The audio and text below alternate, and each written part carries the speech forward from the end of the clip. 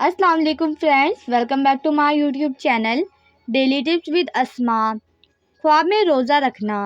اگر کوئی شخص خواب میں دیکھتا ہے کہ اس نے روزہ رکھا ہے اور سبحان اللہ اور قرآن مجید پڑھا ہے تو اس کا مطلب ہے حرام اور گناہ سے توبہ کرے گا۔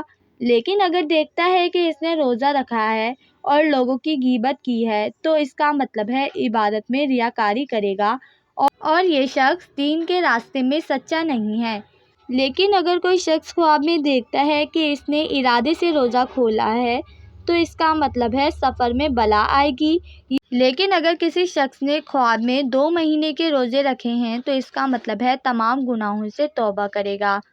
خواب میں روزہ رکھنے کی 10 وجہ ہیں۔ نمبر 1 بزرگی، نمبر 2 ریاست، نمبر 3 تندرستی، نمبر 4 رتبہ، نمبر 5 توبہ، نمبر 6 فتح، نمبر 7 نعمت، نمبر 8 حج، نمبر 9 جہاد، نمبر 10 لڑکا۔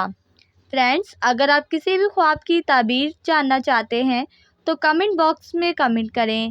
Thanks for watching. اللہ حافظ۔